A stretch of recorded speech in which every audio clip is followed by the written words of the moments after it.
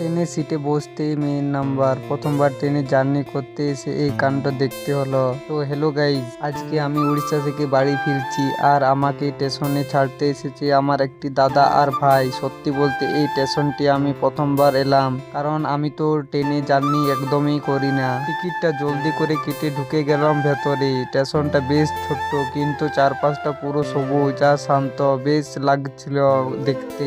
আমরা যে প্ল্যাটফর্মে দাঁড়িয়েছিলাম ট্রেন চলে এলো অন্য প্ল্যাটফর্মে। বাস আর কি, আমরাও দিলাম এক দৌড়। শেষমেশ কোনো মতে সিটে বসতেই চোখ গেল দেওয়ালে, কে যেন একটা মেয়ে নাম আর নাম্বার লিখে রেখেছে। ট্রেনের ভিতরে মানুষের এই লেভেলের ক্রিয়েটিভিটি দেখে আমিও তো অবাক। যাই হোক, 3 ঘন্টা জার্নি করে পৌঁছে গেলাম খড়গপুর। তখন ভোর 4:30 বাজে। এখান থেকে আমাদের বাস ছাড়লো বাড়ির উদ্দেশ্যে।